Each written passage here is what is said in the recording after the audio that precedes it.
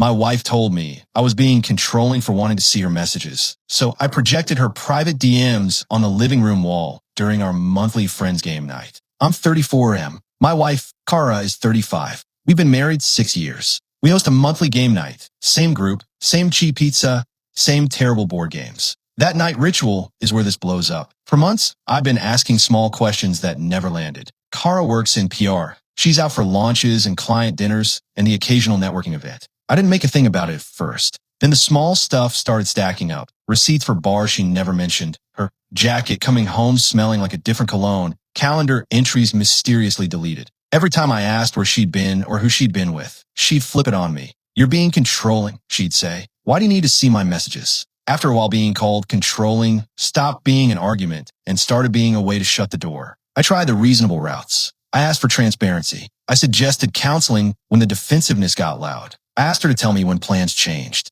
Each time, the conversation closed with the same line: "You don't need to see my messages." It felt wrong, but the last thing I wanted to be was that partner who built a life around doubt. Still, patterns are patterns. I began noting times and keeping receipts I found, not to shame her publicly, but because I needed to know whether I'd gone mad or whether there was something real. Evidence accumulates until it forces itself into the light. Game night was the moment I picked. We have a usual crew, Dan and Leah, who always bring the sarcasm, Miguel and Priya, who actually read the rules. Sometimes Kara's co-worker, Lisa, shows up. I asked a favor from a friend who does AV for a living. Could she help me mirror my phone to the TV for a quick clip? She thought I was going to show a stupid video and nodded without asking. When the pizza was half eaten and the game got noisy, I asked everyone to pause. I hate public confrontations, but I didn't want this to be something she could gaslight later. I connected my phone, opened up the messaging app, and projected the thread I'd been compiling. Timestamps, late-night messages that moved from flirt to plans, a pin location, a photo sent at 11:23 with a caption. I scrolled slowly so people could read. Kara walked in at that precise second with a bottle of wine like she always did. She stopped when she saw the messages on the wall. Confusion flickered across her face, then the familiar shift, indignation, like the line she'd used at home when I asked questions. "You can't do this," she said immediately. "You're invading my privacy.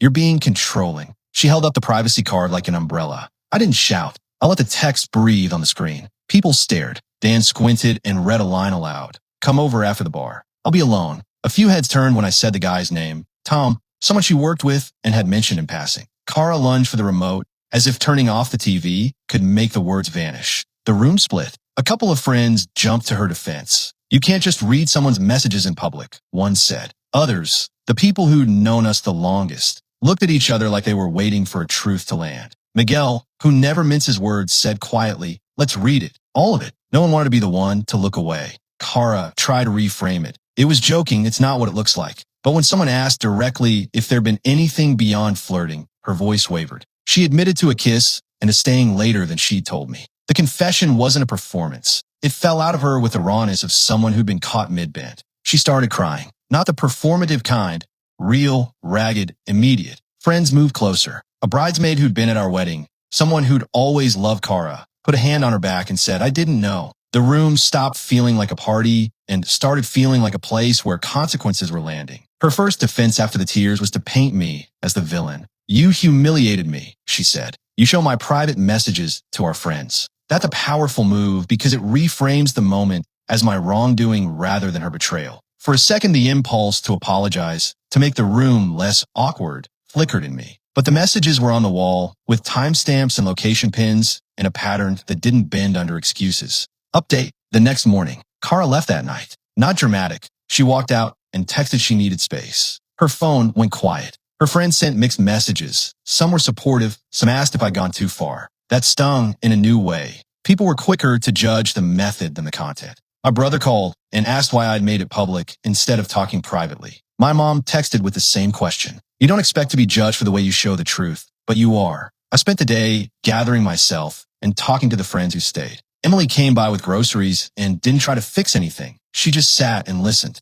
That steady, ordinary support felt more useful than any moral outrage. Kara left a string of messages alternating between apology and accusation. "You broke me," one read. Another said, "You should have asked me." The back and forth showed how both of us were raw and clumsy in different ways. I reviewed the thread again. In context, it was worse than the single screenshots I'd been saving. It wasn't just flirtation, it was planning. It was secrecy. That's where you draw a line. I decided to give both of us space for a week and told her I'd be unavailable except for logistics. She agreed. Update, 5 days later. 5 days later, we met at a coffee shop, neutral ground. She'd been staying with her uncle. We sat across from each other and tried to say what we needed without collapsing into accusation. She told me it had started as someone who listened when work felt heavy. He made me feel seen in a way I didn't say I missed, she said. She admitted the emotional thing had hardened into physical moments, kisses staying late. She called it a mistake and said she was ashamed. I asked the direct questions.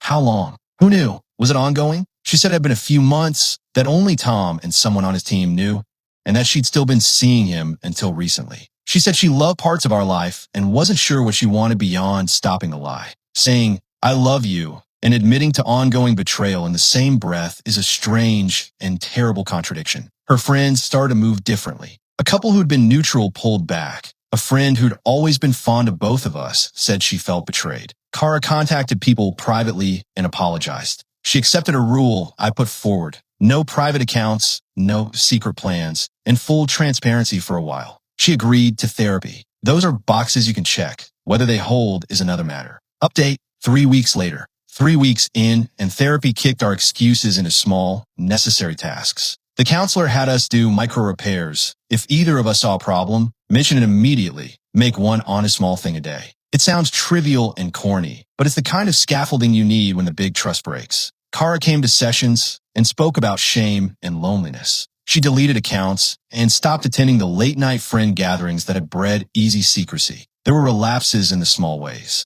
I get a notification and feel cold. She'd see my face and apologize. We began keeping a shared calendar on the fridge and actually used it. She texted when plans changed, answered calls when I wondered, and did household things she'd skimmed past before. The acts were small but real. Friends didn't all come back. Some said they couldn't be in the middle. Others offered steady, boring support, dropping off casserole, taking the cat for a night, calling without an agenda. Those people mattered more than any grand reconciliation. We also did hard things to test whether repair was possible. She apologized to people she'd misled, including a coworker who'd been dragged into the whispers, and she stopped working with the team that had normalized late, private meetings. Whether she did that because of me or because she knew it was right doesn't change the effect. The access that had enabled secrecy was shrinking. Update, 8 weeks later. 2 months later, things settled into a tense kind of routine. We kept therapy and the micro repairs. She showed up consistently for appointments. She took a leave from the friend group events that had been the trouble spot.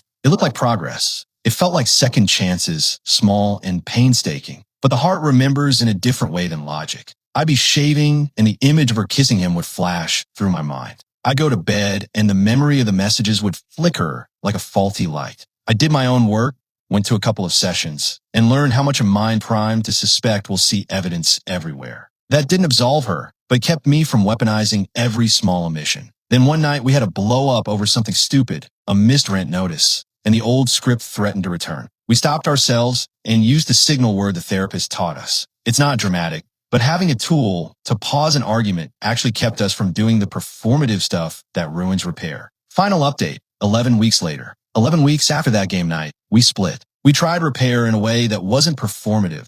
Therapy, transparency, deleted accounts, moved teams, micro repairs. For a while it looked like the trust might be rebuilt. Kara made changes. She showed up differently. She apologized in ways that were specific and not theatrical. But trust, the kind that allows you to stop checking the threads in your pocket, didn't come back. The split was practical. We divided the apartment lease, figured out schedules for the cat, and assigned who kept what. I packed my things over weekend. We didn't make scenes for friends. The separation was quiet and efficient. She asked for space and I gave it. He asked for forgiveness and I listened. It wasn't dramatic. The decisive moment for me was small. I set the last box down in my new place, closed the front door behind me, turned the deadbolt, and put the key on the counter. The click made the choice real. Not a speech, not a final showdown, just a key turned in enough distance to stop replaying the living room on loop in my head. I don't feel vindictive. I don't feel like I won. I feel like someone who refused to let a pattern continue in private. Projecting those messages was a choice that forced a private lie into public conversation.